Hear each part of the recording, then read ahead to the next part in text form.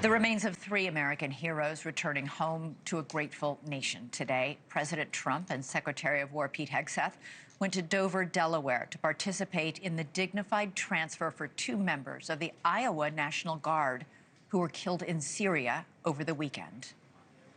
It was a very solemn ceremony because Sergeants William Howard and Edgar Torres Tovar were killed by a lone ISIS gunman. Also killed was Ayad Mansour Sakat, a U.S. civilian from Michigan who worked as an interpreter. His remains also returned home today. Many Americans might not be aware that the United States has had an ongoing military presence in Syria for more than a decade. There are currently around 900 troops there with a stated mission of fighting ISIS. Well, joining me now is Bill Brown, who's a Navy SEAL veteran. Thanks for joining us, and thanks for your service.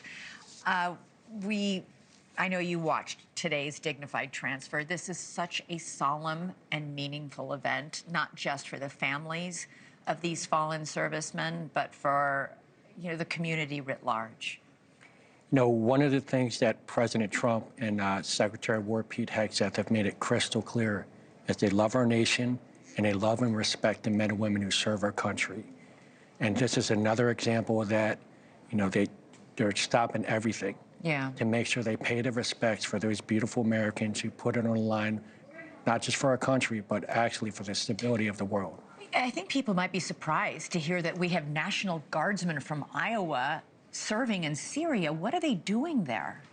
Well, it's called Operation Inherent Resolve, and it started in 2014. And that's a primary anti-ISIS type of mission.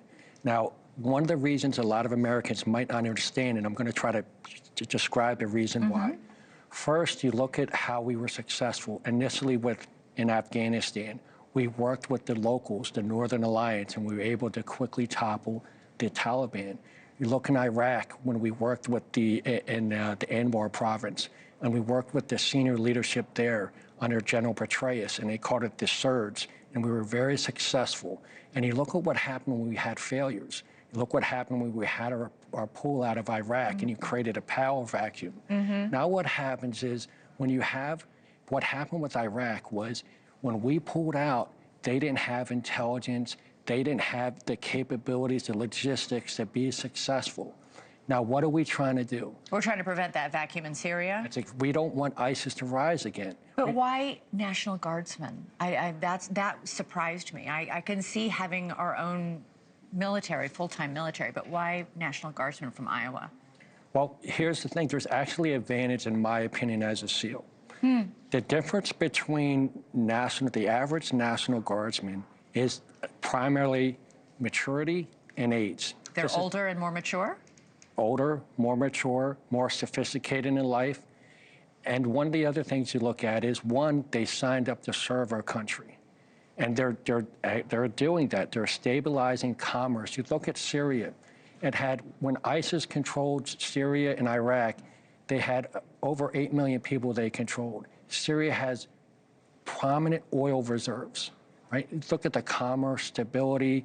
We're trying to stabilize. I think there's a global coalition that's trying to stabilize that part of the world. And the truth is, we need an American presence there. Not a big American presence, but we do need an American presence. So, what do you make of the fact that the new leader of Syria, who helped push out Bashar al-Assad, who's now hiding in Russia, is a man we formerly had a bounty on his head? He was a terrorist, according to our own government. And yet he is now in the Oval Office, as we see right here, meeting with President Trump. And can we trust that he has, in fact, changed, that he is no longer a danger to the United States and may, in fact, be useful to us? Well, I have to be sincere. I don't know if we can trust a former jihadist. But he's a former jihadist. He was a prominent leader of al-Qaeda. So I don't know if we can trust, but what are we doing now? We're judging him by his actions. And so far, all his actions are being to stabilize that region. And he's acting like a civilized diplomat. So you're judging by his actions now. And one of the other reasons why we have a small American presence is we're monitoring that. Thank you for watching. Subscribe below and download our NewsNation app right now on your phone, and you will get fact-based, unbiased news for all Americans.